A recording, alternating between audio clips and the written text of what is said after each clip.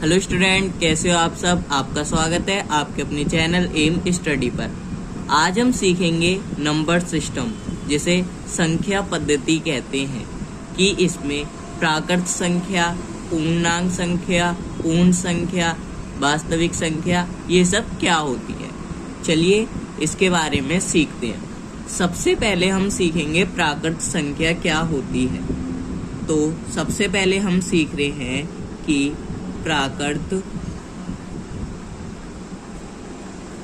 संख्या, प्राकृत संख्याएं, जिसे हम नेचुरल नंबर कहते हैं। Natural number. अब हम इसमें ये सीखते हैं कि प्राकृत संख्याएं ये सब क्या होती हैं। तो देखो, प्राकृत संख्याएं हमारी वो होती हैं जिसमें एक से अनंत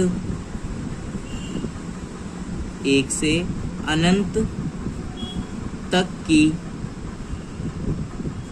संख्या प्राकृत संख्या कहलाती है। एक से अनंत तक की संख्या प्राकृत संख्या कहलाती है। प्राकृत संख्याएं कहलाती है। ठीक है। प्राकृत संख्या हमारी वो होती है जिसमें एक से अनंत तक की संख्याएं प्राकृत संख्याएं कहलाती हैं। अब जैसे हमारे पास में, इसे सबसे पहले मैं आपको बता दूं कि इसे हम n से डिनोट करते हैं। ठीक है। तो n से डिनोट करते हैं तो इसमें 1, क्योंकि एक से था, 2, 3, 4, 5, 6, 7 से लेकर के इन्फिनिटी तक। ठीक है। इसे अनंत कहते हैं। तो प्राकृत संख्याएं हमारी एक से इन्फिनिटी तक की संख्याएं कहलाती हैं। अब चलिए देखते हैं कि पूर्ण संख्याएं क्या होती हैं। पूर्ण संख्याएं, पूर्ण संख्याएं, जिसे हम होल नंबर कहते हैं। Whole number. ठीक है। इसे हम होल नंबर कहते हैं। इसे हम किससे डिनोट करेंगे? इसे हम W से डिनोट करेंगे। अब देखो, पूर्ण संख्या की परिभाषा क्या होगी कि शून्य से, किससे? शून्य से अनंत तक, शून्य से अनंत तक की संख्या, शून्य से अनंत तक की संख्या पूर्ण संख्या, पूर्ण संख्याएं कहलाती हैं। ठीक है। पूर्ण संख्याएं कहलाती हैं। अब देखो, इसमें इसे तो हम W से डिनोट करते हैं, तो इसमें 0 ऐड हो जाएगा। ठीक है। 0 ऐड होने के बाद में बाकी हमारी प्राकृत संख्याओं की तरह इन्फिनिटी तक हो जाएंगी। 1, 2, 3, 4 एंड इन्फिनिटी तक। ठीक है। अब देखो, इसमें हमारा सिर्फ 0 ऐड हुआ है, जिसकी वजह से ये पूर्ण संख्याएं कहलाती हैं। अब चलिए पूर्णांक संख्याओं के बारे में पढ़ते हैं। तीसरे नंबर पर होंगी हमारी पूर्णांक संख्याएं। ठीक है। जिसे हम इंटीजर्स कहते हैं। इंटीजर्स। ठीक है। इसकी परिभाषा क्या बनेगी? इसकी परिभाषा बनेगी कि सभी ऋणात्मक का मतलब होता है नेगेटिव, सभी ऋणात्मक तथा पूर्ण संख्या संख्या। पूर्णांक संख्याएं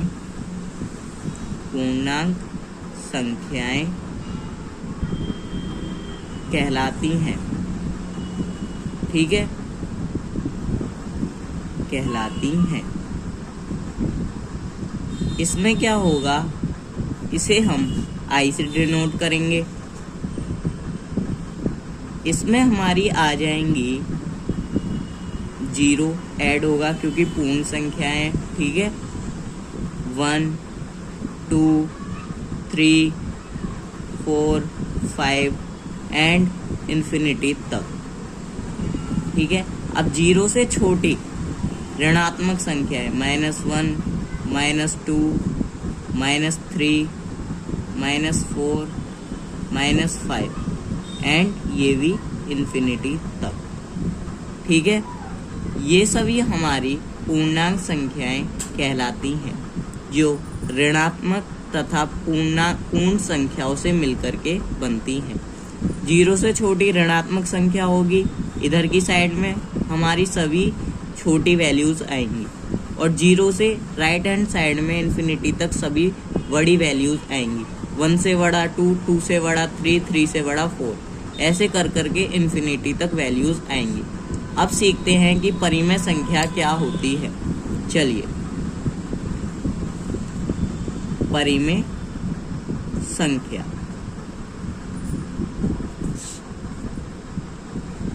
परिमेय संख्याएं जिन्हें हम कहते हैं रेशनल नंबर। Rational numbers. ठीक है, अब परिमेय संख्याएं वो होती हैं कि ऐसी संख्याएं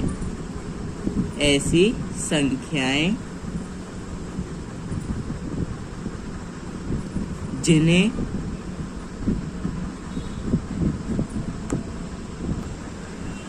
जो Q is not equal to 0। तो परिमेय संख्याएं वो थी कि ऐसी संख्याएं जिन्हें P/Q के रूप में लिखा जा सकता है, जहां PQ पूर्णांक है और Q is not equals to 0। पूर्णांक होते जिसमें पॉजिटिव नेगेटिव वैल्यू ये सब थी। ठीक है, अब देखो परिमेय संख्या हमारी कैसे लिखी जाती हैं, P/Q के रूप में, लेकिन Q हमारा 0 नहीं होना चाहिए। जैसे 1 2 3 -1 -7 -11 एंड 1/2 3/4 एंड 9/7। ठीक है, इसमें क्या होगा कि P/Q के रूप में, अब जैसे 3P हो गया और अपॉन में 3Q हो गया, तो ये हो गया कैंसल होके 1। ये क्या है P, ये क्या है Q। ठीक है, P/Q। अब अगर ऐसा दे दिया जाए 6/2, तो क्या हो जाएगा, ये कैंसल आउट होकर के आ जाएगा 3, जिसमें ये P है और ये है Q। ठीक है, अब अगर आपसे कोई पूछे कि 22/7 जो हमारा पाई का मान है, अब ये बताओ क्या ये परिमेय संख्या है। देखो, इसमें से ये चीज तो हमारी परिमेय संख्या है, ये परिमेय संख्या है। ठीक है, परंतु ये हमारी अपरिमेय संख्या है। क्या है, अपरिमेय संख्या। ठीक है, पाई का मान है 22/7 ही, लेकिन 22/7 तो हमारी हो जाएगी परिमेय संख्या, लेकिन जो हमारी पाई हो जाएगी वो हो जाएगी अपरिमेय संख्या। अब चलिए अपरिमेय संख्या पढ़ते हैं कि अपरिमेय संख्या क्या होती है। 5th नंबर पर है अपरिमेय संख्या। अपरिमेय संख्या जिन्हें हम इरेशनल नंबर कहते हैं। Irrational number.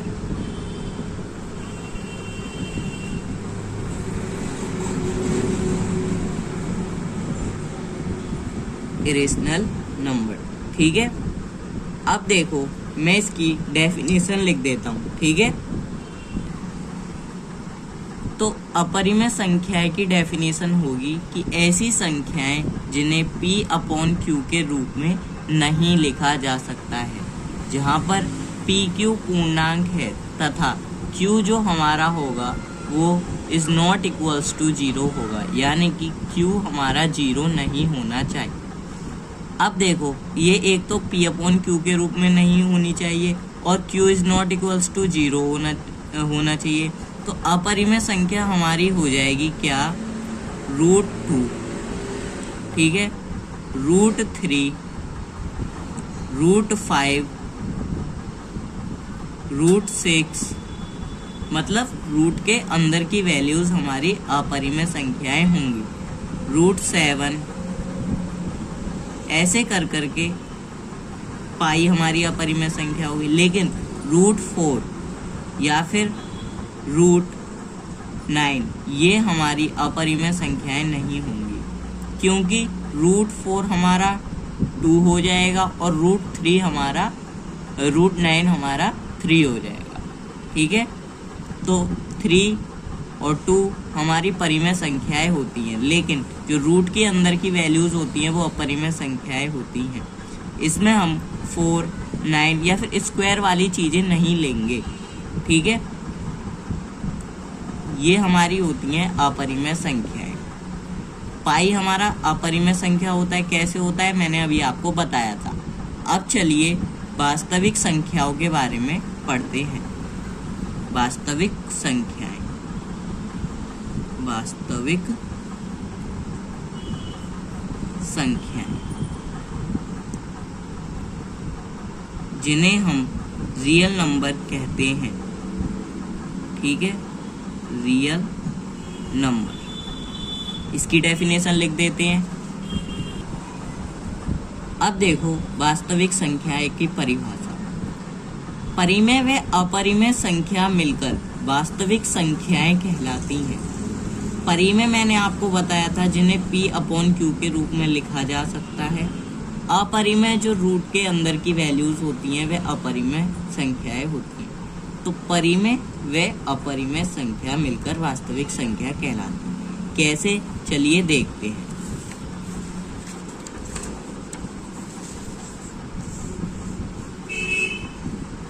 देखो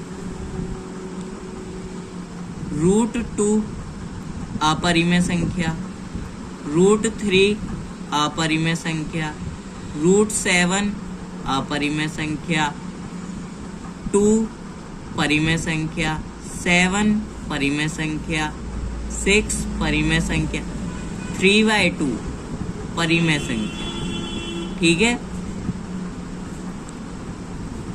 2/3 या फिर दशमलव में हो वैल्यू,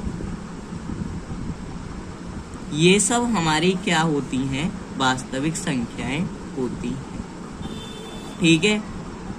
तो वास्तविक संख्याएं हमारी परिमेय व अपरिमेय संख्या से मिलकर बनती हैं। √2, √3, √7 ये सब हमारी अपरिमेय संख्याएं होंगी। 2, 7, 6, 3/2 एंड एटसेट्रा, दशमलव की वैल्यूज, अपॉन की वैल्यूज, ये सब हमारी मिलकर के वास्तविक संख्याएं बनाएंगी। अब चलिए सीखते हैं हम इसमें कि सम नंबर, सम संख्याएं और विषम संख्याएं क्या होती हैं। तो सम संख्या जिन्हें हम इवन नंबर कहते हैं, इनकी परिभाषा होगी कि ऐसी संख्या जिसमें 2 का भाग पूरा पूरा जाता है सम संख्या कहलाती है, ठीक है। अब 2 का भाग पूरा पूरा जाता है, इसका मतलब 2, 4, 6, 8, 10, 12 ये सब वैल्यूज हमारी सम संख्या होती हैं। इनसे आगे भी होती हैं 14, 16 और आगे तक वैल्यूज होती हैं, ठीक है। वो सब सम संख्या कहलाती हैं, जिसमें 2 का भाग पूरा पूरा होता है। अब जैसे हमने ले लिया इसमें 4, अब देखो 4 को डिवाइड करते हैं।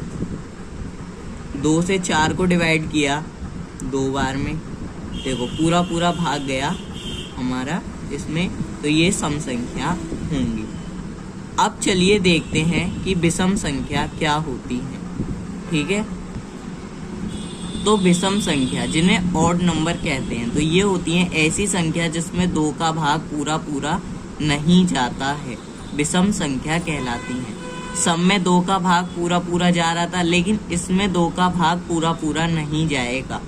अब जैसे 2, 4, 6, 8, 10, इन सब वैल्यूज को छोड़ करके जो वैल्यूज आती हैं वो सभी हमारी विषम संख्या होती है। जैसे 1, 3, 5, 7, ठीक है, 9, 11, ये सब वैल्यूज हमारी विषम संख्या है। इनसे आगे की भी वैल्यूज होती हैं 13, ठीक है, 15, ये सब हमारी विषम संख्या होंगी। जो केवल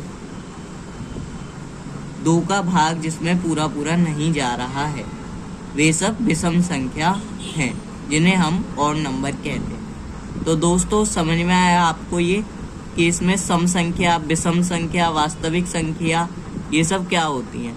तो दोस्तों कैसी लगी आपको ये वीडियो, प्लीज़ वीडियो को लाइक कीजिए और चैनल को सब्सक्राइब कीजिए। धन्यवाद।